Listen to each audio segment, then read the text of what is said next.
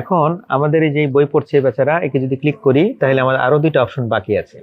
এই দুটো অপশনের মধ্যে যে স্টমাকের মতো যে অপশনটা, এটা যদি ক্লিক করি তাহলে আমাদের এখানে বিভিন্ন প্রসিডিউর অ্যানিমেশন করে দেখানো আছে, ব্রঙ্কোস্কোপি, গ্যাস্ট্রোস্কোপি, কোলোনোস্কোপি।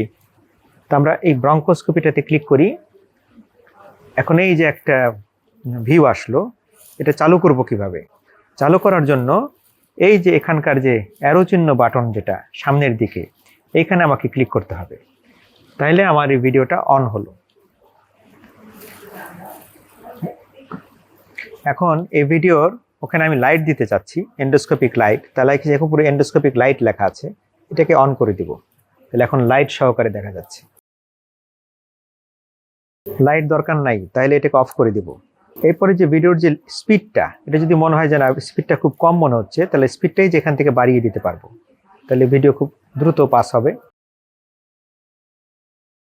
আবার যদি মনে হয় না স্পিডটা বেশি হয়ে গেছে, তাহলে এটাকে কমাই দিতে পারবো, তাহলে ভিডিও আস্তে আস্তে যাবে। এটাকে অপটিমাম মাঝামাঝি না রাখাই ভালো, 50 করে রাখলে মাঝামাঝি থাকবে।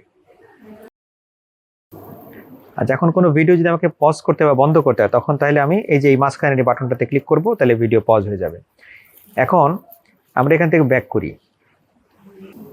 ব্যাক করি, হোমে ফিরে আসি।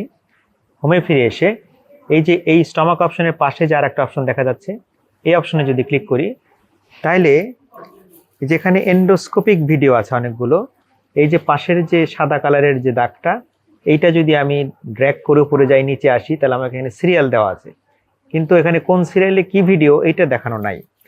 তা আমি র্যান্ডমলি একটা ভিডিওতে যাই, 14 নাম্বার ভিডিওতে যদি যাই, তাহলে এখানে কোলনের ভেতরে দেখা যাচ্ছে, হস্টেশনগুলো দেখা যাচ্ছে কোলনের ভেতরে, আর এইদিকে একটা এই যে পলিপের মতো একটু মনে হচ্ছে আর কি।